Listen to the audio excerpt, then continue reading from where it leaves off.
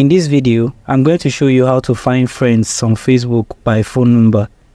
Go ahead and open Facebook, and then at the top right corner of your screen, you want to tap on your profile picture menu.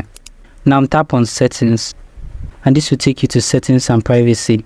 Come to the Meta account center and tap on see more in account center. In the account center, you want to scroll down till you find your information and permission. Tap on this, and then come to this section where it says upload contact, and tap on this. Select the account you want to upload your contact to by tapping on the account, and this should bring you to the contact permission of your Facebook application. Now come to this section where it says continuous contact upload, and toggle on this. Now keep in mind, this only works for devices that already have contact storage. What this is going to do is going to upload your contact to Facebook, and you'll be able to search your friends on Facebook by phone number.